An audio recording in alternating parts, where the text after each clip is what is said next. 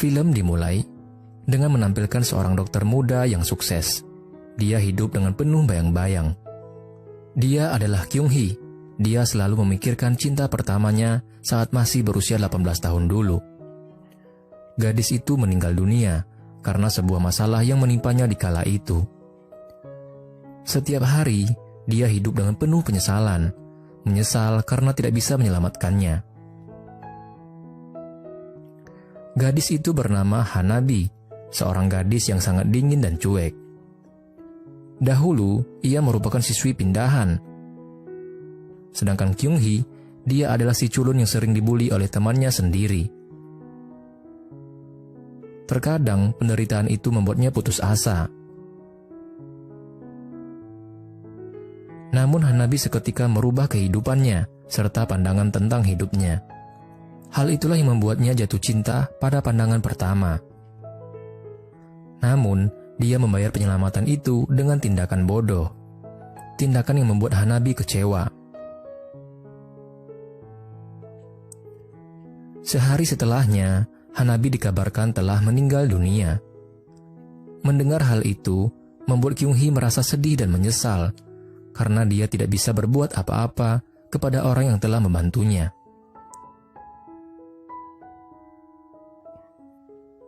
Di masa kini, Kyung Hee selalu pergi ke sebuah tempat jika dia teringat dengan Hanabi. Itu adalah bar milik ayah Hanabi. Ia cukup akrab dengan ayahnya. Suatu ketika, dia melihat diary milik Hanabi. Dalam diary itu tertulis, "Kumohon tolonglah aku. Kuharap seseorang menolongku." Kemudian, terdengar suara misterius yang mengatakan, "Jika kau bisa menjelajahi waktu, kau akan kembali ke masa apa?" 만약 타임슬립의 기회가 생긴다면 여러분은 언제로 돌아가고 싶으세요? 돌아가서 꼭 한번 만나고 싶은 사람이 있나요? Kyung Hee menjawab, "Hanabi." Tak lama dari itu, dia melihat sosok Hanabi dari luar dan kemudian pergi.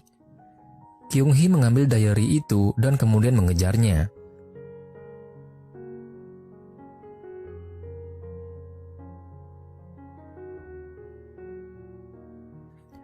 Hanabi pergi menuju sebuah gang dan memasuki ruangan misterius. Saat mengikutinya, tiba-tiba dia berada di masa lalu. Kejadian itu membuatnya terkejut, namun bahagia di saat yang bersamaan. Awalnya dia berpikir bahwa ini hanya mimpi, tapi mimpi itu terlalu nyata untuk dirasakan. Dia bertemu lagi dengan Hanabi dan berkata, "Aku kembali dan aku sangat merindukanmu." Tentu Hanabi tidak percaya dengan semua omong kosong itu. Di masa lalu ini, sikap Kyung Hee jauh lebih dewasa. Bahkan, ia tidak takut terhadap teman yang suka merundungnya dulu. Di suatu waktu, Hanabi kena teguran karena mengabaikan pelajaran di kelas. Namun Kyung Hee malah membela dan menyalahkan cara mengajar guru yang tidak kompeten. Akhirnya mereka berdua dihukum. Saat dihukum, Kyung Hee tahu bahwa dalam 6 hari ke depan, Hanabi akan mati. Maka dari itu, ia berusaha menjadi seseorang yang bisa untuk dimintai pertolongan, seperti apa yang diminta Hanabi di dalam diary-nya. Di suatu malam, dia membuka diary Hanabi yang terbawa dari masa depan. Kyung Hee membuka dan membacanya satu persatu. Dia menganalisa kejadian yang bisa menjadi penyebab kematiannya. Tiba-tiba isi diary itu berubah karena ditulis ulang oleh Hanabi. Esoknya, Kyung Hee merubah penampilannya. Hal itu membuat teman sekelasnya terkejut. Tapi tidak dengan Hanabi, ia tetap cuek seperti biasanya. Singkat cerita, Hanabi menemui seorang pria. Dia meminta pria itu untuk menemui temannya yang sakit. Nampaknya, pria itu adalah Jiwook, kekasih temannya yang bernama Daeun. Namun pria itu menolak, karena tidak lama lagi, Daeun akan segera mati. Orang-orang menganggap itu semua adalah salah Hanabi, karena di masa lalu saat masih SMP, Hanabi mengajak dua temannya pergi bermain ke suatu tempat. Dalam perjalanan, terjadi sebuah kecelakaan.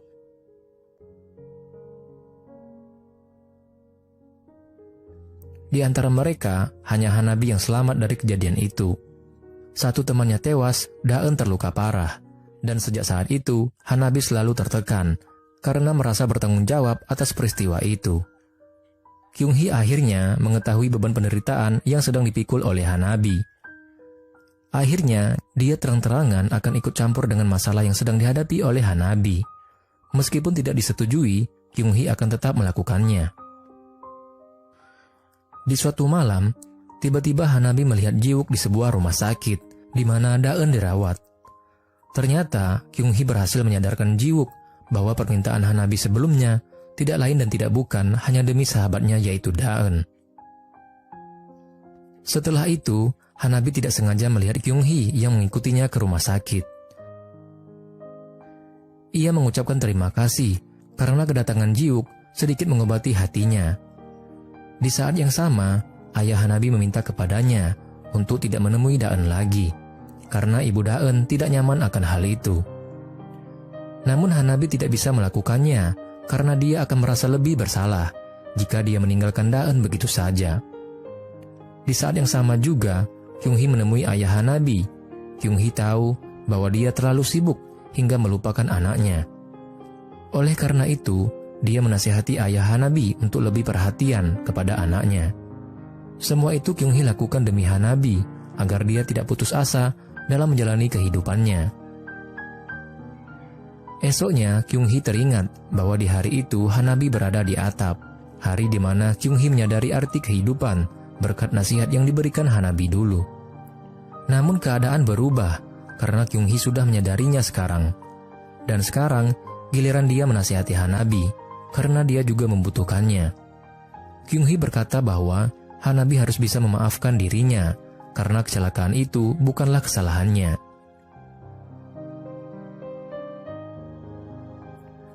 Setelah itu, Kyung-hee mulai menyadari bahwa kejadian di masa lalu pada dasarnya akan terus terulang.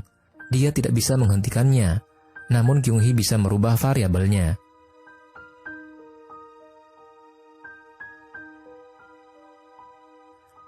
Singkat cerita, Kyung-hee dan Hanabi semakin dekat. Hanabi yang dikenal cuek dan dingin, kini hatinya mulai luluh.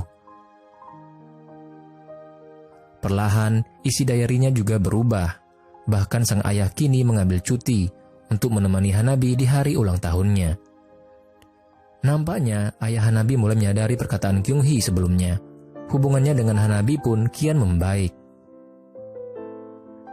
Singkat cerita, beberapa tragedi masa lalu terus terulang.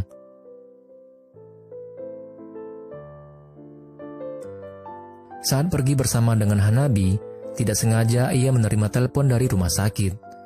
Itu adalah kabar tentang Daeun. Akhirnya, Kyung-hee mengetahui penyebab Hanabi bunuh diri. Namun ia berusaha untuk mengulurnya dan menutup kabar itu. Hari kematian Hanabi sudah di depan mata. Kyung-hee mulai menyadari kejanggalan. Hanabi tidak masuk sekolah saat itu. Akhirnya, Kyung-hee pergi ke rumah sakit karena dia tahu Hanabi sekarang berada di sana. Di saat yang sama, Daeun dinyatakan telah meninggal dunia. Ibu Daeun belum bisa menerima kenyataan itu. Ibu Daeun terus menyalahkan Hanabi atas kematian anaknya itu. Merasa tidak tahan dengan semua tekanan itu, Hanabi mencoba untuk mengakhiri hidupnya. Namun, dia teringat dengan Kyung-hee yang telah memberinya banyak harapan untuk terus hidup. Akhirnya, dia mengurungkan niatnya dan pergi menemui Kyung-hee. Namun, takdir tidak bisa dirubah. Saat hendak menghampiri Kyung-hee di jalan, tiba-tiba mobil datang dengan begitu cepat. Kyung-hee tahu dia tidak bisa merubah masa depan, namun dia tahu bahwa dia bisa merubah variabelnya. Seketika, Kyung-hee mengorbankan dirinya dan tertabrak mobil saat itu.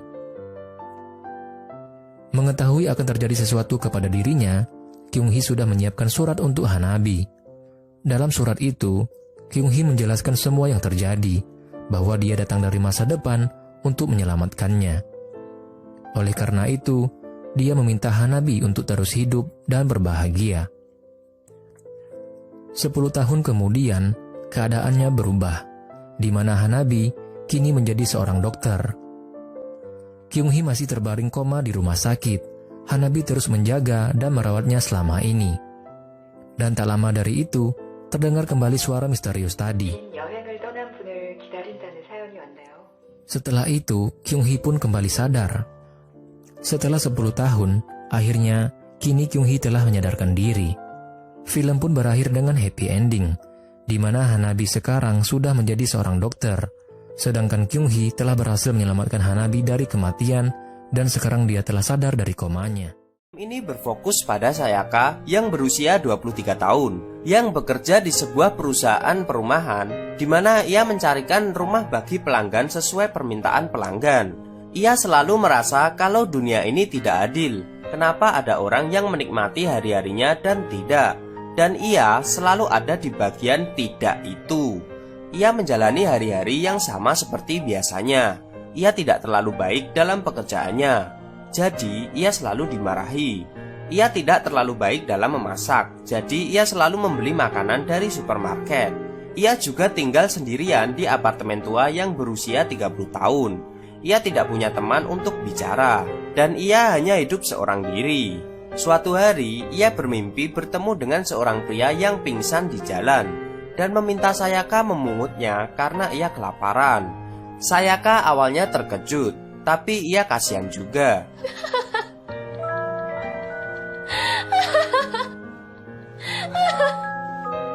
Jadi, ia mengajak si pria ke rumahnya dan memasakkan mie instan untuknya. Si pria makan dengan sangat lahap.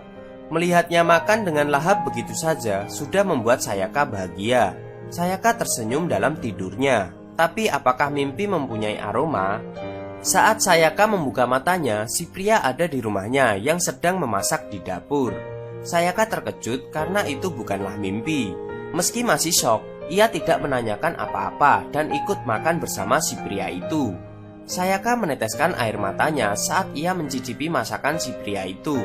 Karena ini pertama kalinya setelah sekian lama ia makan masakan rumahan.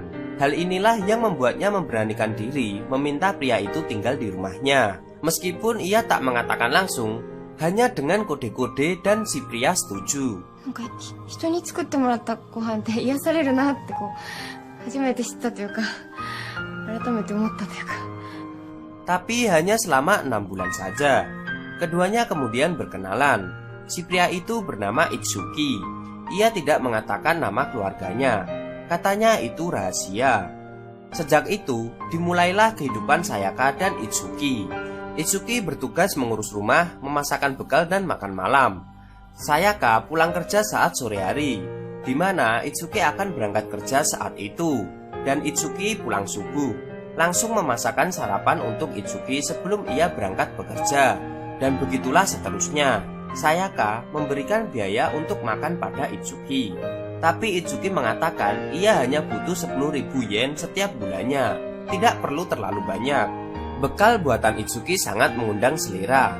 Sayaka selalu menantikan saat ia membuka bekal. Bekal apa yang dibuatkan Itsuki untuk hari ini. Rekan kerjanya sendiri berpikir kalau Sayaka yang membuat bekal sendiri. Sayaka masih menjalani hari yang berat di kantor. Tapi saat pulang ke rumah, ia bisa tersenyum karena ada Itsuki yang menunggunya. Itsuki mengajak Sayaka berpetualang setiap awal bulan. Petualangan sederhana dengan sepeda hadiah dari tempat kerja Itsuki. Petualangan mereka adalah ke tempat yang banyak tumbuhan liar. Meski Itsuki mengatakan kalau tidak ada yang namanya tanaman liar karena setiap tanaman punya nama. Itsuki sangat menyukai tanaman. Ia tahu nama semua tanaman, tahu manfaatnya apa, dan tahu yang mana yang bisa dimasak atau tidak.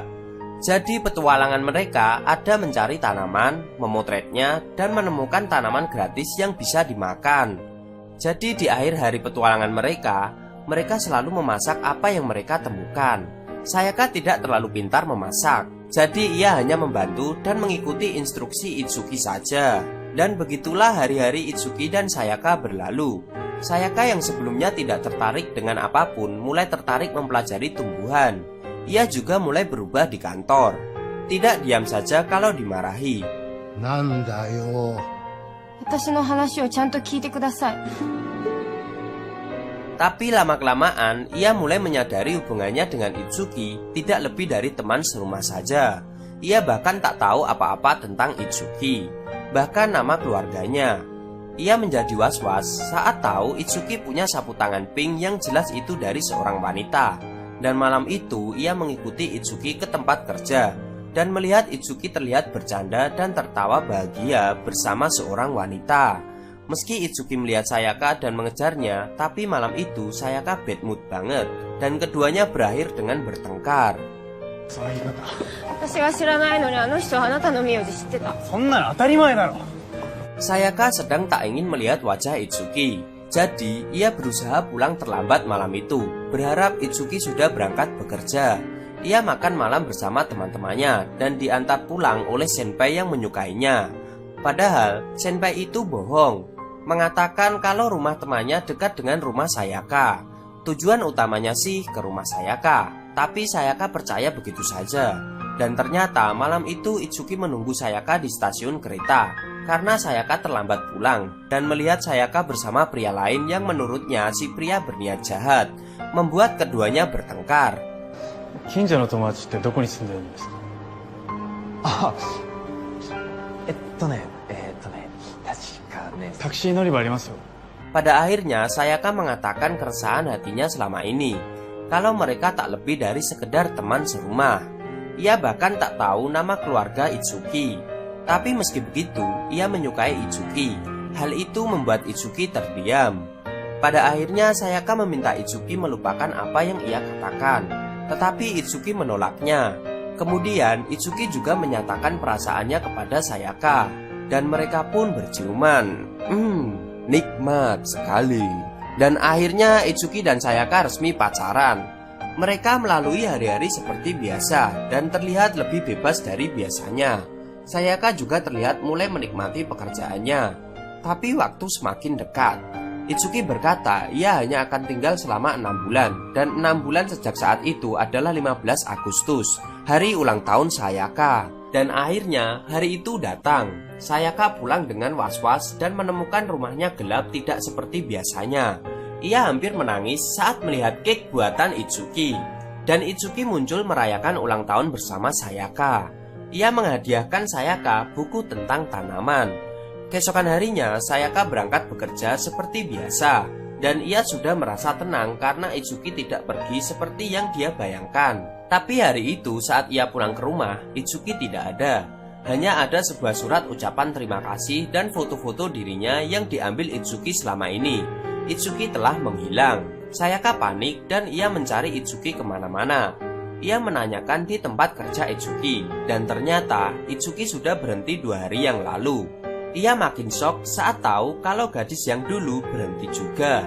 Ia mulai berpikir negatif kalau keduanya mungkin bersama. Sayaka kembali ke rumah dengan hasil nihil. Ia lalu menangis. Sayaka kembali ke kehidupannya sebelumnya, sebelum kedatangan Itsuki. Bekerja, pulang ke rumah, makan bekal dari supermarket sendirian, tidur dan bekerja kembali. Ia kembali ke kehidupannya yang membosankan dan mulai menunjukkan wajah tanpa ekspresi kembali di kantor. Suatu hari, ia melihat wanita yang dulu bersama Itsuki dan mendengar percakapan telepon si wanita dan seseorang. Sayaka berpikir kalau itu adalah Itsuki. Jadi ia menunggu hari janjian keduanya dan mengikutinya. Tapi ia berakhir di kantor polisi dan menangis mengakui kenapa ia mengikuti si wanita itu. Ia hanya ingin bertemu sekali lagi dengan pria yang ia tidak tahu apa-apa tentangnya sama sekali, dan bertanya apakah hari-hari yang mereka lalui selama ini tidak ada artinya. Ini adegan yang sedih. Ibu Sayaka akhirnya muncul saat menjadi penjamin anaknya, dan di sana kita tahu kalau ibunya menikah lagi dan sudah punya keluarga baru. Karena Sayaka tidak ingin menjadi beban ibunya, itu sebabnya ia tak pernah mengangkat telepon ibunya. Ia berusaha menunjukkan kalau ia baik-baik saja hidup sendirian. Meski ibunya kelihatan tidak tenang melihat Sayaka tinggal sendirian karena rumahnya amat sangat berantakan, sebenarnya keduanya saling menyayangi. Setelah kejadian itu, suasana hati Sayaka menjadi lebih baik. Ia melakukan pekerjaannya dengan baik dan bergaul dengan rekan kerjanya dengan baik juga. Senpainya menyatakan perasaan padanya, tapi ia menolaknya. Tentu saja ia belum melupakan Itsuki. Ia terkadang mengingat Itsuki dan mulai membaca buku tanaman pemberian Itsuki kembali. Dan ia memulai petualangannya sendirian. Itsuki saat itu meninggalkan resep masakan untuknya, dan ia juga mulai mencoba memasak makanan yang dulu pernah mereka masak. Lama-kelamaan, Sayaka menyembuhkan luka hatinya sendirian, dan tidak terasa sudah 1 tahun sejak kepergian Itsuki. Sayaka sudah tampak baik-baik saja, sampai ia mendapat kiriman paket, sebuah buku ensiklopedia tanaman, karya Itsuki. Itsuki akan menerbitkan buku dan mengadakan acara di sebuah hotel. Sayaka datang diam-diam ke sana. Ia melihat Itsuki setelah 1 tahun tak bertemu, tapi ia tak bisa mendekatinya. Di sana ia mendengarkan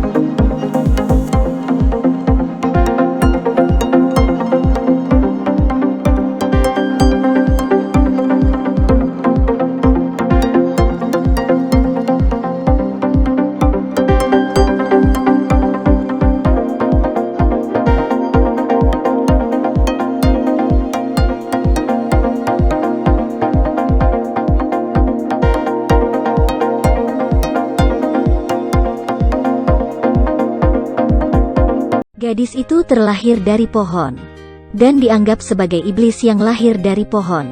Sebenarnya dia murni bagaikan peri. Selama dia memanjat pohon, gadis itu bisa melewati waktu, dan melihat dunia masa depan. Dan ketika kembali ke tanah, maka akan dianggap sebagai iblis kecil oleh orang lain. Hari ini saya akan ceritakan film The Time Tree. Ini adalah gerbang batu kuno yang membentang selama 600 tahun. Kemudian ada layang-layang yang terjatuh. Sebuah ranting pohon tua ada bereaksi. Dari kulit batang pohon seperti ada sesuatu yang bergerak. Kemudian wajah seorang gadis kecil muncul di sana. Dia melihat segala sesuatu di bawah pohon. Tak jauh dari sana, ada sekelompok anak-anak sedang bermain. Dunia di bawah layang-layang putih itu terlihat begitu polos. Gadis itu terpesona oleh dunia ini. Pada saat itu, 2 gadis masuk ke hutan untuk mencari layang-layang. Gadis di pohon melemparkan buah ke tanah. Rahel berkata sepertinya ada sesuatu di atas. Joe bilang mungkin itu burung kecil yang di atas sana. Gadis pohon itu segera bersembunyi. Para gadis menemukan layang-layang jatuh tepat di atas pohon. Rahel lebih ringan, dia akan memanjat untuk mendapatkannya. Belum berhasil mendapatkan layang-layang, Rahel tidak sengaja terpeleset. Gadis pohon dengan cepat menyelamatkan nyawa Rahel dengan tangan kecilnya. Di sisi lain, bibi pelayan diam-diam memberitahu nyonya. Anne sekarang semakin nakal. Setiap hari dia memanjat pohon. Apa dia mau menikah dengan pohon? Nyonya itu menolaknya, dan berkata bagaimana ini bisa terjadi. Kamu keluar dari sini. Melihat kedua kaki kecil ini, kita tahu bahwa Anne yang mereka katakan adalah gadis pohon. Anne turun dari pohon, kemudian kembali ke waktu dan ruang lain. Melihat batang pohon, kita dapat menyimpulkan bahwa itu sudah lama sekali. Itu adalah 600 tahun yang lalu. Dan pohon besar ini memiliki kekuatan sihir untuk melakukan perjalanan melalui ruang dan waktu. Para pelayan diam-diam mengatakan bahwa Anne adalah iblis. Mereka menggertak Anne tidak bisa berbicara. Mereka sambil mengutuk, sambil memberikan apel merah untuknya. Apakah mereka memang begitu baik hati? Anne mencium apel merah itu. Tapi dia memilih memakan apel hijau. Karena dia tahu, apel hijau tidak ada lalat. Kakaknya hanya peduli dengan pakaiannya setiap hari. Tapi Anne hanya peduli dengan pohonnya. Sangat jelas, pohon itu memanggilnya lagi. Anne segera ke atas pohon. Sebenarnya, kali ini adalah Joe dan Rahel yang sedang memanggil Anne. Semenjak diselamatkan, mereka ingin mencoba mencari tahu siapa gadis pohon itu. Apakah dia malaikat atau iblis? Anne memanjat pohon dan ingin berbicara dengan mereka. Ternyata Anne hanyalah gadis biasa. Dia lahir pada masa perang. Ketika ibunya melahirkan, untuk menghindari perang, dia melahirkannya di pohon. Saat Anne lahir, ibunya meninggal di pohon. Kemudian, Anne dianggap sebagai bintang bencana. Dia dianggap sebagai putri dari ibunya dan iblis. Pelayan dan keluarga juga menjauh darinya. Ini membuat Anne tidak ingin bicara dan hanya bisa bersembunyi di pohon. Kedua gadis ingin berbicara dengan Anne. Anne sepertinya tidak bisa mendengarnya sama sekali. Sebaliknya, dia sangat tertarik dengan buku merah mereka. Mungkin ini adalah kerinduannya terhadap pengetahuan. Rahel mengeluarkan buku gambar. Kemudian dia menggambar kucing. Anne meraih buku gambar itu. Kemudian dia menggambar 2 lingkaran dan bilang ini adalah mereka berdua. Joe mengoreksi dan mengatakan bahwa boneka digambar seperti ini. Saya Joe, dia adalah Rahel. Annie merebut buku gambar dan melukis dirinya sendiri. Walaupun gambar Anne sangat jelek, dan tidak tahu cara menulis namanya. Joe mengambil alih dan memperbaikinya. Dia menulis nama Anne. Annie mengangguk dan mengiyakan itu dirinya. Ketiga orang ini akhirnya saling mengenal. Sejak itu, Anne sangat tertarik dengan huruf. Dia mengambil surat yang dibuang ayahnya. Satu huruf demi satu huruf dia belajar menulis. Dia tahu bahwa dengan belajar huruf dan berbicara, maka akan membuat dia menjadi kuat. Joe dan Rahel juga tidak tinggal diam. Mereka pergi ke perpustakaan dan meminjam buku untuk membantu Anne. Terkadang mereka berbisik, mengapa masih ada gadis yang tidak bisa menulis? Mereka menyiapkan banyak buku gambar untuk dihadiahkan ke Anne. Anne dalam perjalanan ke hutan. Dia bertemu anak-anak yang mengejeknya. Mereka mengejek Anne adalah penyihir kecil. Dan meminta semua orang menjauhi penyihir kecil. Sekarang Anne hanya memiliki Rahel dan Joe yang menemaninya. Setelah bermain dengan kacamata hitam keren, Annie mulai belajar buku gambar yang sederhana. Dunia buku gambar tidak hanya mengajarinya cara menggambar. Perlahan-lahan dia belajar mengeja. Sebenarnya Anne tidak bodoh dan juga tidak tuli. Tapi dari saat dia lahir, tidak ada yang berbicara dengannya. Semua orang memperlakukannya sebagai anak cacat. Awalnya Anne merasa sangat rendah diri. Tetapi dengan dorongan Joe, dia belajar mengenali suara orang lain secara perlahan. Dari mata Joe, akhirnya Anne mengerti. Dia menyemangati dirinya untuk menjadi kuat. Saat kembali ke rumah, Anne bertemu dengan anak yang menggertaknya lagi. Kali ini, Anne mulai melawan. Bocah itu tercengang kali ini. Dia ketakutan dan melarikan diri. Sebelum pelayan memberikan apel merah, Anne terlebih dulu menawarkan apel merah. Setelah memakannya, pelayan mengetahui ini adalah apel hijau yang diberi warna merah. Annie menggunakan arang untuk melukis di dinding. Kebetulan dilihat oleh pelayan. Melihatan lukisan yang aneh, pelayan itu menangkap Anne dan terus-menerus berteriak tangkap iblis. Dia meminta tuannya untuk datang dan melihatnya. Ini adalah lukisan iblis. Kakaknya bertanya pada Annie, apakah yang dia lukis? Annie menjawab itu adalah dirinya. Ibu tiri juga ada datang ke sana. Pelayan ingin menambahkan keburukan Anne dan bilang Anne sudah menjadi iblis. Namun dia malah dimarahi oleh ibu tiri Anne. Dia menyuruhnya berhenti dan segera pergi. Kakaknya juga memanggil ayahnya. Saat ayahnya melihat matahari dan pohon, dia baru mengetahui bahwa N bukan saja bukan iblis. Dan dunia batinnya sangat indah. Bagaikan seorang peri, sekeluarga mulai mengubah prasangka terhadap N. Akhir cerita, N belajar membuat kacamata hitam dengan arang. Beginilah cara Rahel mengajarinya. Ketika Joe dan Rahel datang ke museum kerajaan secara tidak sengaja, mereka menemukan museum ini sebenarnya adalah rumah tempat tinggal N ratusan tahun yang lalu. Waktu telah berlalu, ini sudah menjadi museum para bangsawan. Di dinding, masih ada foto-foto pohon tua yang ditinggalkan N. Tertulis, ini mungkin hadiah terima kasih yang terlambat. Ini adalah hadiah yang ditinggalkan N untuk Joe dan Rahel. Dia tahu bahwa mereka akan melihatnya setelah beberapa ratus tahun kemudian. Persahabatan melintasi ruang dan waktu di atas pohon.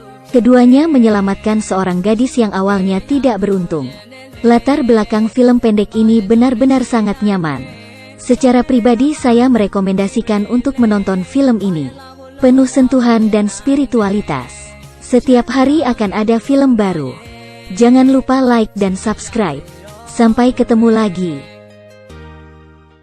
Si wanita ini datang ke ATM, menendang satu kali merusak besi tebal, dan dengan alami mengambil uang di dalam. Di jalan ketemu para preman, digoda dan dilecehkan. Wendy mengejek, jangan bilang, jika hebat datanglah sini. Seorang botak marah, datang dan jatuhkan Wendy, tapi segera dikontrol oleh Wendy. Orang lain datang ditampar terbang jauh 20 meter, terus seorang ditendang terbang jauh 30 meter. Si botak diancam sampai bangun.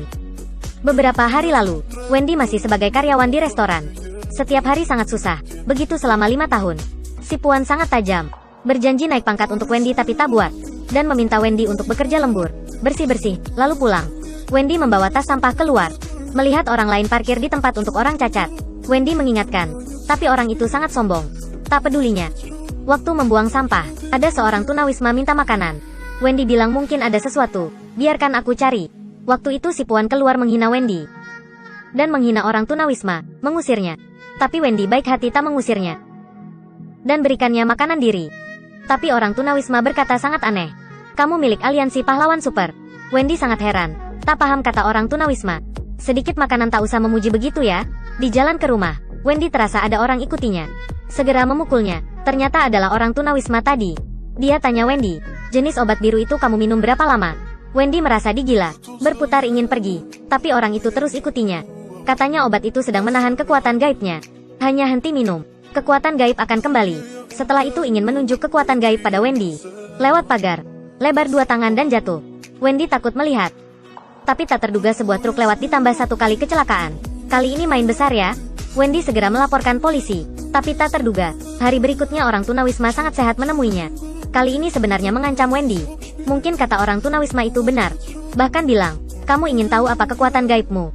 Hentilah minum obat. Wendy mencurigakan tapi masih henti minum obat. Lewat beberapa jam, denyut jantung meningkat, badan panas. Terasa ada sejenis kekuatan siap keluar. Besok pagi, Wendy tak bisa fokus, seluruh badan berkeringat dingin. Tersandung buat semuanya jatuh. Wendy marah rusakan baki. Dia ingin memperbaiki baki, pakai kekuatan gaib. Baki sudah menjadi tumpukan besi. Malangnya ditemukan Puan. Dia menghina Wendy, dan ingin kurangi gajinya. Wendy segera mengangkatnya. Aku sudah lama menahanmu kan? Percayakah aku buatmu tak bisa melihat surya besok? Si bocah ini dibully oleh anak lebih besar. Si rambut panjang pura-pura tendang bola, mengancam si bocah. Waktu itu ibunya adalah Wendy lewat, mengkritik mereka. Si anak ini nakal bilang kamu bisa buat apa? Wendy melihat sepeda di samping. Dengan mata kaget para anak, membuat sepeda menjadi tumpukan besi. Si bocah berteriak ingin bilang sama ayah. Kata Wendy, ayahmu datang juga tak berguna. Sampai di rumah main sepak bola sama anak, tak bisa kontrol kekuatan. Segera menendang bola ke jauh. Waktu bekerja melihat tempat parkir orang cacat ditempati, Wendy segera mendorong mobil itu keluar.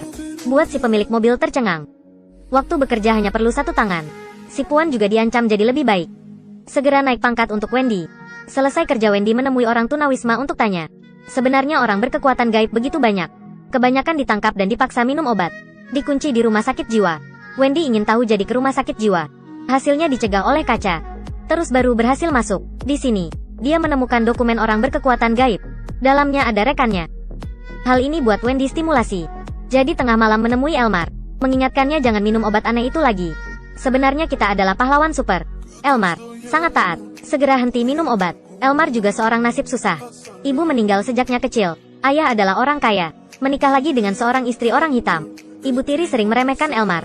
Bahkan sering memfitnahnya dengan ayah. Setelah henti obat, Elmar dibangun kekuatan petir. Dan menunjukkan tangan kosong buat listrik untuk Wendy. Karena rumah Wendy miskin. Segera membawa Elmar ke ATM. Menendang ATM. Dan mengambil semua uang di dalam. Setelah itu keduanya tak ke rumah. Tapi ke warung bar main. Setelah itu buat masalah dengan seorang preman. Hasilnya Wendy menggoda mereka ke toilet. Di dalamnya mengajar mereka. Sampai di rumah berbohong sama suami. Katanya bekerja lembur mendapat banyak uang. Dan berikan suami uang. Wendy membawa Elmar ke tempat orang tunawisma. Mereka ada satu tujuan. Itulah ke rumah sakit menyelamatkan orang sesama. Karena dulunya orang tunawisma dibawa ke rumah sakit jiwa. Jadi terbiasa dengan semuanya di dalam. Baru masuk sudah ditemukan satpam. Wendy satu tangan mendorong roda.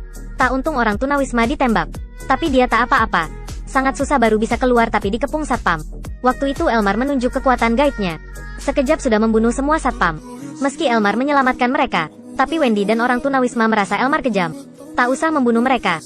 Hal ini tak dalam rencana. Orang tunawisma ingin keluar aliansi. Wendy juga ingin menyerah. Hasilnya sampai di rumah suami tanya Wendy. Kamu kemana? Kamu dari mana? Rekanmu bilang kamu tak bekerja lembur. Kenapa? Kamu sedang menyelamatkan dunia kan? Wendy tak ingin menjelaskan. Keduanya segera bertengkar. Si suami ingin memaafkan jadi mengadakan pesta keluarga. Sayangnya Elmar adalah orang jahat. Dia membuka posisi orang tunawisma. Setelah itu orang tunawisma ditangkap. Setelah itu dia ke rumah Wendy. Katanya ingin hidup sama Wendy. Karena itu isi dongeng. Wendy tak setujui, menyuruhnya pergi. Tak untung dilihat suami. Marah tanya Wendy. Wendy menceritakan semuanya tapi tak bisa. Hal ini bisakah dipercayai? Kamu pikir aku bodoh? Jadi Wendy segera melempar suami. Wendy memutuskan menemui Elmar. Untuk dia bantu tafsiran. Hasilnya menyaksikan ayah dibunuh Elmar. Wendy segera masuk. Elmar berpikir Wendy setujui. Tapi sayangnya bukan. Jika lembut tak bisa akan pakai keras. Segera memingsankan Wendy dengan listrik. Wendy terbangun dalam rumah sakit jiwa. Dokter tunggu lama. Gigi menahan kekuatan gaib Wendy. Karena waktu Wendy kecil, dikritik oleh kepala sekolah. Sudah membalik meja kepala sekolah. Begitu Wendy mulai minum obat, kekuatan gaib mulai hilang. Waktu itu, Elmar juga kunjungi Wendy. Berharap Wendy berpikir lagi. Tapi Wendy masih menolak. Elmar marah mematikan listrik seluruh kota. Dan menculik suami dan anak Wendy. Waktu itu semua pintu rumah sakit terbuka. Wendy segera berlari ke rumah tapi dicegah dokter. Waktu ditembak, orang tunawisma mencegah untuknya. Tak ada kekuatan gaib, dia tak bisa kontrol. Elmar pakai anak Wendy mengancamnya. Tak bersamaku akibat akan parah. Astaga tak bisa membawa anak jadi canda. Wendy memutuskan melawan Elmar. Sayangnya Wendy hilang kekuatan gaib jadi tak bisa menangnya. Tapi setelah Wendy disengetan listrik, obat di badan Wendy hilang manfaat. Memakai kaos tangan karet, satu tinjuan buat Elmar jatuh ke kolam. Elmar disengetan listrik dari badannya sampai matang. Setelah aman, suami memahami kesusahannya. Menyuruhnya lari diri. Wendy melihat suami dan anak. Dan hilang dalam gelap. Waktu itu, dokter membawa prajurit datang. Membawa mayat Elmar. Sekejap mata sudah 3 bulan. Wendy muncul lagi. Kali ini dia tak sendirian. Dalam film ini juga ada karakter jahat. Bahkan dokter ini juga bukan orang jahat. Hanya bantu mereka kontrol kekuatan gaib. Jika tak melakukan jahat dokter juga tak menangkap mereka. Sebaliknya kekuatan makin besar, keserahkan makin banyak. Si lemah ketika ada kekuatan gaib akan balas dendam. Nyaman lakukan jahat. Dari orang biasa jadi pembunuh. Dari orang dibully jadi orang bully. Perubahan besar buat semuanya berpikir. Terima kasih sudah menonton. Ini burung hantu, baru-baru ini tidak senang. Seorang pria yang menggunakan topi merah. Seharian bermain golf dan mengganggunya tidur. Pergilah kau. Mainnya sangat jelek masih mau main. Pergilah kau. Dia adalah jenis burung hantu terkecil. Senang di kehidupan sekitar manusia. Dengan begini bisa memberikannya banyak kesempatan. Dia bisa terbang, tapi lebih suka berjalan. Di rumah ada orang gaya. Gak ada orang aku masuk ya. Ini adalah tempat pusat perawatan lapangan golf. Di sini dia bisa menemukan banyak barang. Kelihatannya sudah terbiasa. Dia sangat jelas dengan apa yang harus dia lakukan. Tidak salah, dia langsung ke tong sampah. Dan mengambil barang yang dia inginkan. Memindahkannya sedikit demi sedikit. Ada garpu, ada pisang. Dan juga apel. Dia sangat pintar. Dia menggunakan sampah sebagai umpan. Agar serangga-serangga yang dia sukai datang. Selesai makan dia masuk ke dalam lubang. Dia tahu tiap hari di waktu seperti ini akan mulai menyiramkan air. Dan kebiasaannya yang sering buat sampah sembarangan. Tidak diperbolehkan oleh petugas lapangan golf. Sarapanku mana? Dasar baju merah topi hijau. Kau beraninya mengambil sampahku. Aku pergi. Dasar kalian manusia kenapa tidak peka? Keluarlah kau. Strategiku ini tidak boleh dipermainkan oleh orang seperti mereka. Dia mulai melempar pasir ke lapangan. Untuk menghalang orang bisa bermain golf. Kelakuannya ini membuat petugas jengkel. Lalu si topi hijau mengeluarkan senjata terakhirnya. Musang yang sudah dilatih oleh manusia. Aku pergi, si topi hijau ini membawanya datang. Ini cara dia mau membunuhku ya?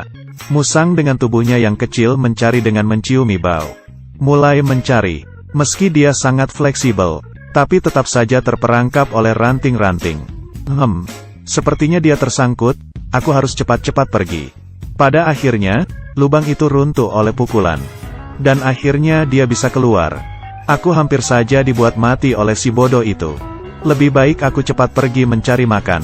Meski serangga di sini sangat banyak, tapi biasanya dia selalu menggunakan cara memancing dan mengantarkan makanan ke depannya. Kemampuan menangkap mangsa dengan cara seperti ini dia sudah mulai melemah. Akhirnya dia mulai memakan tanah. Siang ini makan apa ya? Kelihatannya kadal itu enak. Cuy, ulat di rumput aja tidak bisa ketangkap masih mau tangkap aku. Gak tahu malu ya? Aku pergi, bahkan kamu juga menghinaku. Kemudian dia mulai menyerang. Di saat dia ingin menangkapnya, sebuah bola golf menghancurkan segalanya. Manusia yang menyebalkan, aku mau balas dendam. Dia mulai melakukan pembalasannya. Ada orang gak? Ada si topi hijau yang lagi perbaiki barang. Tidak peduli dia mau melakukan apa. Kandang itu ada gerakan. Itu bukannya si musang. Ternyata musang itu gak terjebak dalam tanah. Oi, mulut ngapain buka sebesar itu? Masih mau menangkapku? Cuy, sini. Aku diam berdiri di depanmu, masih mau menangkapku? Kembali ke kandangmu lah. Aku pergi, rubah ini kapan datangnya ya? Cepat kabur, rubah ini lebih pintar lagi dibanding si musang. Sepertinya di sini sudah tidak aman, aku masih ke lubang saja. Tunggu saja kau. Pendengaran dan penciuman rubah sangat tajam. Dia bisa mendengar suara dan memikirkan cara. Rubah ini sudah kelaparan, dia mulai mengais tanah. Di sini tidak bisa bertahan lama lagi. Aku mengalihkan dia ke tempat lain dulu baru ngomong. Lihat apakah aku punya kesempatan selamat. Dasar rubah, siang-siang kau ngapain ribut ganggu aku tidur? Kesempatan datang. Cepat kabur. Ini bukannya alat penyemprot air. Sebentar lagi sudah waktunya. Burung hantu ini kenapa tidak lari? Situasi apa ini? Rubah agak heran. Aduh, aku pergi cepat kabur. Akhirnya sudah aman. Apalagi ini, tolong. Lepaskan aku. Ini di mana? Di depan ada lubang dan dia memasukinya. Ini rumah baru yang dibuat khusus oleh manusia. Itu apa? Seekor burung hantu perempuan. Aku akhirnya tidak jomblo lagi. Hadiah mana? Aku bantuin kamu menangkap deh. Di saat mereka memutuskan untuk bersama, mereka akan saling membantu. Di sini dia tidak kesepian. Di sini adalah kawasan lindung burung hantu. Dan memulai kehidupannya yang baru. Film dibuka dengan memperlihatkan seorang anak 13 tahun bernama Eric yang baru saja pulang sekolah. Di jalan, geng anak bandel mengolok-oloknya karena tahu tetangga di belakang rumahnya mengidap AIDS. Namun Eric melaluinya begitu saja. Sampai di rumah, ia bermain sendiri di halaman belakang rumahnya. Tiba-tiba, ia mendengar suara batuk-batuk dari balik pagar. Pagar tinggi itu sengaja dipasang ibu Eric agar ia tak tertular virus anak tetangganya. Kemudian terjadi percakapan antar keduanya dari balik pagar. Eric merasa kesal padanya dan menyuruhnya masuk ke dalam. Karena dirinya yang menjadi tetangganya, Eric diolok-olok oleh anak bandel. Di satu sisi, Eric juga bilang ia takut tertular penyakit. Tapi, anak itu bilang penyakit itu tidak menular melalui udara. Karena tetangganya tak juga pergi, Eric pun marah dan bilang ia akan menendang pantatnya jika tak juga pergi. Tapi, Eric mengulurkan niatnya dan pergi dari sana. Anak yang mengidap AIDS itu bernama Dexter. Ia kembali ke rumahnya dan bercanda dengan ibunya yang baru saja pulang belanja. Ibu Dexter sangatlah lembut, sabar, dan juga penyayang. Berkebalikan dengan ibu Eric, yang seorang workaholic, suka minum-minum dan kasar pada Eric. Sehingga Eric sering merasa kesepian karena ayahnya sudah menikah lagi dengan orang lain dan pindah ke New Orleans. Di lain waktu, Eric bermain lagi di halaman belakang dan berbicara dari balik pagar dengan Dexter. Setelah memastikan bahwa virusnya tidak menular melalui udara, karena penasaran dan ia merasa sangat kesepian, Eric nekat memanjat pagar pembatas dan menemui Dexter. Eric agak kaget karena ternyata ia terlihat kecil untuk anak berusia 11 tahun. Tapi Dexter bilang ia hanya lebih pendek 4 inci saja dibandingkan dengan anak seusianya. Kemudian, anak yang sama-sama kesepian itu pun bermain bersama. Dan tak lama, Eric mengajaknya ke supermarket. Mereka menyusuri sungai kecil dekat tempat tinggal mereka dengan karet ban.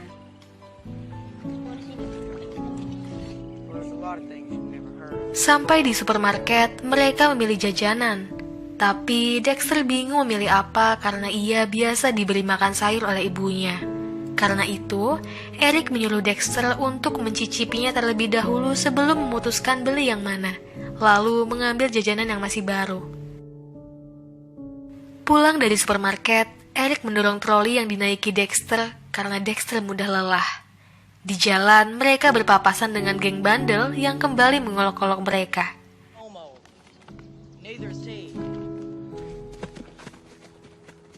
Eric sudah menyiapkan batu, dan sebelum itu mengingatkan kedua geng bandel yang adiknya juga sedang sakit, dan bagaimana rasanya jika adiknya juga diolok-olok orang lain.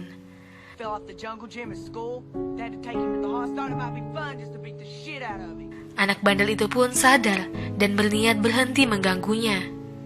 Tapi di saat itulah Eric melempar batu ke kepala anak bandel itu dan lari karena mereka dikejar hingga akhirnya berhasil lari dari kejaran mereka. Sampai di rumah, Eric diingatkan ibunya agar tak bermain dengan anak tetangganya yang mengidap AIDS. Namun ia pun melanggar aturan itu dan diam-diam masih bermain dengan Dexter. Dan juga Dexter menyampaikan bahwa ibunya mengundang Eric makan malam di rumahnya. Karena ibu Eric sering lembur, ia pun menerima tawaran itu. Eric menemukan suasana keluarga yang hangat dan menyenangkan saat berkunjung ke rumah Dexter. Hal yang tidak Eric dapatkan di rumahnya sendiri. Saat makan hidangan penutup, yaitu es krim, Eric bertanya apakah es krim Dexter tidak dimakan, karena ia ingin memintanya. Tapi ibu Dexter bilang, dokter melarang orang memakan wadah yang sama dengan Dexter untuk mengurangi resiko. Eric bilang jika obat Dexter sudah ditemukan, mereka akan makan dari wadah yang sama. Tapi dengan sedih, Dexter meragukan apakah obatnya akan ditemukan. Tak mau melihat sahabatnya bersedih, Eric mulai berpikir akan mencari obat sendiri untuk Dexter. Ide pertama Eric yaitu membuat tabel periodik permen dengan teori bahwa kombinasi permen dapat menyembuhkan AIDS. Menurut Eric, karena ia selalu makan permen, ia jadi tak pernah sakit. Berbagai permen dikombinasikan dan dilihat bagaimana efeknya pada Dexter. Namun, tentu saja permen itu tak dapat menyembuhkan Dexter. Malahan, Dexter mendapat hukuman dari ibunya karena Dexter menghabiskan uangnya untuk membeli jajan.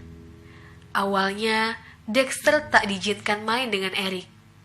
Namun, karena kasihan, hukuman itu dicabut dan Eric diperbolehkan main dengan Dexter. Berlanjut ke ide kedua, terinspirasi dari film yang berjudul Medicine Man, di mana seorang dokter menemukan obat untuk kanker. Mereka juga ingin meniru membuat ramuan herbal dari daun tumbuh-tumbuhan di sekitar tempat tinggal mereka.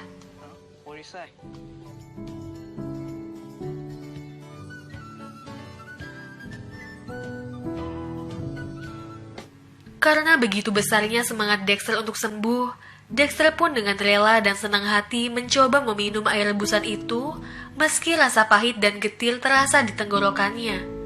Berbagai tanaman pun dicoba dan dicatat bagaimana pengaruhnya. Namun, tidak ada efek apapun dari tanaman tersebut. Hingga suatu malam, kondisi Dexter sedang drop, sehingga ia harus digendong oleh ibunya ke kamar. Eric pun pulang, tapi ketika sadar buku catatannya ketinggalan, ia segera kembali dan tanpa sengaja melihat ibu Dexter menangis.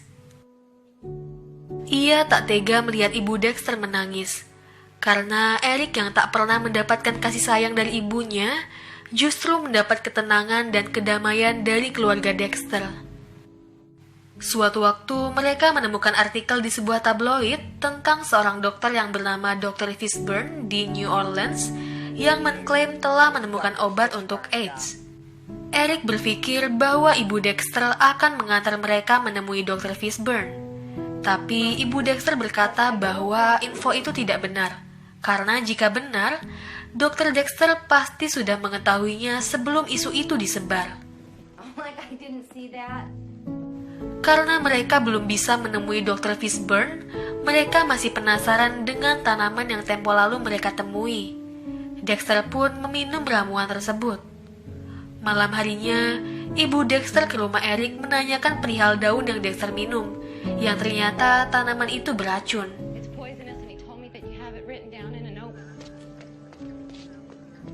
Ibu Eric yang mengetahui bahwa Eric bermain dengan Dexter memarahinya dan memukulinya, karena ibunya berpikir itu sangat berbahaya dan bisa membunuh mereka berdua. Eric tak melawan sedikit pun.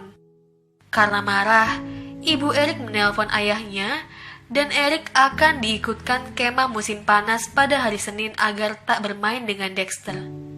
Eric mencoba menghubungi ayahnya, namun tak diangkat karena ayahnya sedang berlibur. Tak ingin menuruti kemauan ibunya, Eric pun menyusun sebuah rencana.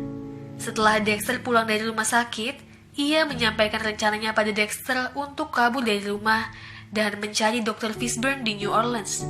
Ia meyakinkan bahwa mereka bisa tinggal bersama ayahnya di New Orleans. Dexter pun menolak, karena tentu ibunya akan khawatir. Tapi Eric memaksanya dan berkata ini untuk kesembuhan Dexter. Hanya Dr. Fishburne lah satu-satunya harapannya. Akhirnya Dexter pun setuju. Sebelum pergi, Dexter menulis surat yang ditinggalkan untuk ibunya dan mengatakan ia akan baik-baik saja bersama Eric, karena ia juga membawa obat-obatannya selama perjalanan. Perjalanan dilakukan pada malam hari dengan rakit. Mereka berangkat menyusuri sungai Mississippi dengan harapan menemukan jalan untuk menyelamatkan kehidupan Dexter. Sampai tiba di pagi hari.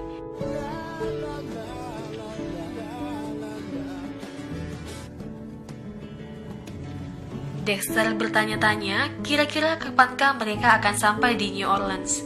Dan setelah dihitung-hitung, dengan kecepatan 3 mil per jam dengan jarak 2000 mil, mereka akan sampai beberapa pekan lagi, yang jelas tidak mungkin. Sehingga mereka memutuskan untuk mencari tumpangan dengan kapal dengan tujuan yang sama dengan mereka. Sampai akhirnya mereka menemukan kapal dengan tujuan yang sama. Namun mereka harus membayar dengan hampir seluruh uang mereka. Yang ternyata pada akhirnya mereka tahu bahwa memang itu perjalanan pulang sang pemilik kapal. Melihat di peta, mungkin sekitar 5-6 hari lagi mereka akan sampai. Dexter yang tak sehat bilang ketika nanti berhenti di pom bensin, ia harus menghubungi ibunya. Tapi Eric melarang karena nanti ibunya bisa melacak nomor mereka. Karena bosan, Eric dan Dexter pun masuk ke ruangan bawah kapal. Saat mereka ingin mencari sesuatu yang bisa dimainkan, mereka malah menemukan majalah yang di dalamnya ada uang pemilik kapal sebanyak $3.000. Namun Dexter mencegah Eric untuk mengambilnya. Sang pemilik kapal menjemput teman-teman wanitanya. Malam harinya, kapal sandar sebentar untuk beristirahat. Eric dan Dexter menyalakan api untuk bakar sosis. Dan tak lama, keduanya tertidur. Lalu Eric mendengar Dexter mengigau dan menggigil.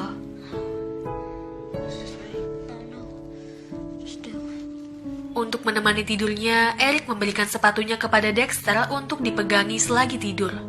Dengan tujuan, supaya ia bisa merasakan kehadiran Eric di dekatnya.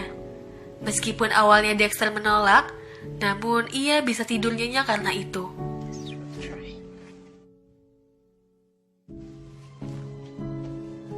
Pagi harinya, pemilik kapal tidak juga melanjutkan perjalanan ke New Orleans. Tentu saja mereka memperlambat perjalanan karena ada teman wanita mereka. Padahal obat milik Dexter hanya cukup untuk 3 hari lagi.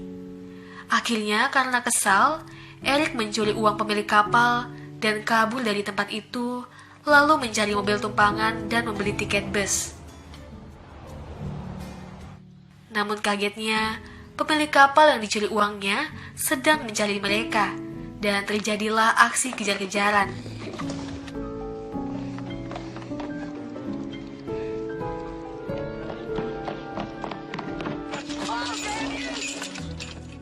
Saat memanjat pagar, pemilik kapal tanpa sengaja melukai tangannya sendiri. Eric dan Dexter terus berlari, namun mereka menemui jalan buntu.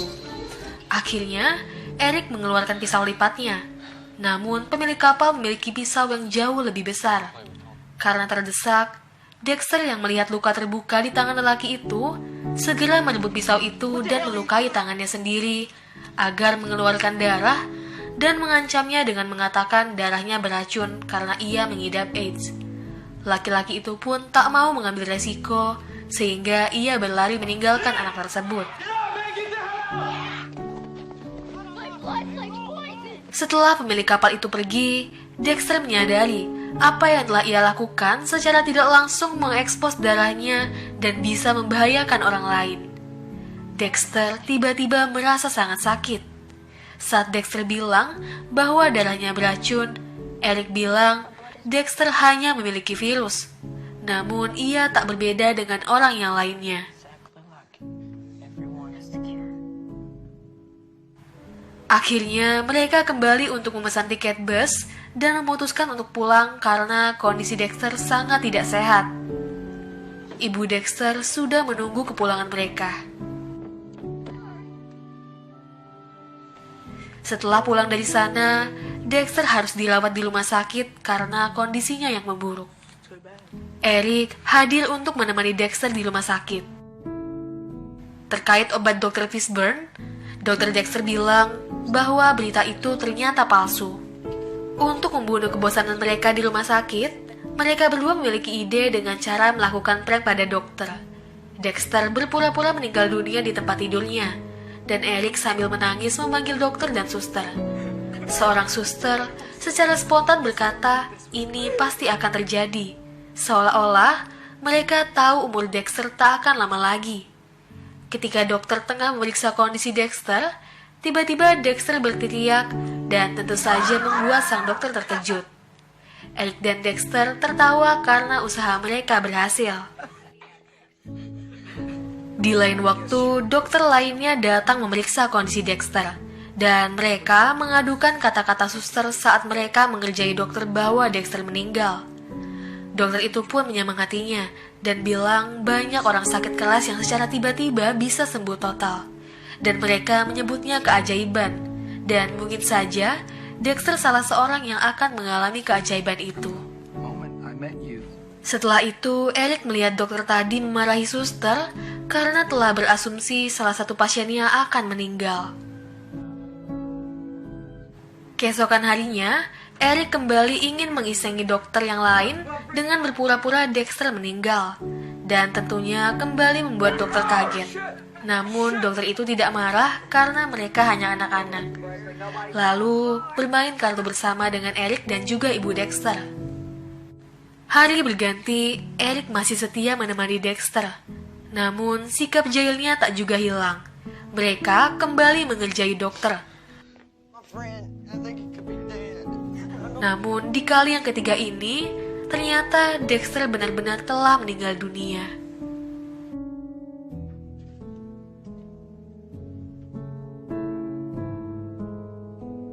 Saat ibu Dexter mengantar Eric pulang, ia melihat seorang ibu yang menggendong anaknya sedang menyeberang jalan. Hal ini mengingatkannya akan Dexter dan kemudian menghentikan mobil yang dikendarainya lalu menangis. Eric meminta maaf pada ibu Dexter atas meninggalnya Dexter, karena seharusnya ia berusaha lebih keras mencari obat untuk Dexter. Ibu Dexter pun memeluknya dan bilang bahwa ia sudah melakukannya. Di sepanjang hidup Dexter yang hanya kesedihan dan keheningan, Eric menjauhkan itu dari hidupnya. Karena Eric telah memberikan kegembiraan bagi Dexter di masa-masa sulit hidupnya. Saat tiba di rumah, orang tua Eric langsung memarahinya.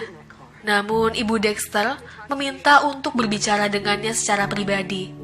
Setelah berada di dalam, ibu Dexter marah sambil menangis dan memberitahu bahwa sahabat baik Eric sudah meninggal. Ia juga meminta agar ibu Eric tak pernah menampar Eric lagi atau dia akan membunuhnya. Sebelum dimakamkan, Eric menggenggam tangan Dexter untuk yang terakhir kali. Lalu pamit pulang dengan ibu Dexter. Ternyata Eric hanya pulang dengan sebelah sepatu, karena sepatu sebelahnya ia berikan kepada Dexter agar ia merasa Eric selalu di dekatnya, seperti yang ia lakukan saat sedang berkemah. Dan Eric mengambil satu sepatu yang dikenakan Dexter, lalu ia hanyutkan dan ia biarkan berlayar mengikuti arus sungai. Hal itu mengingatkan akan perjalanan mereka saat mencari obat. Dan film pun selesai.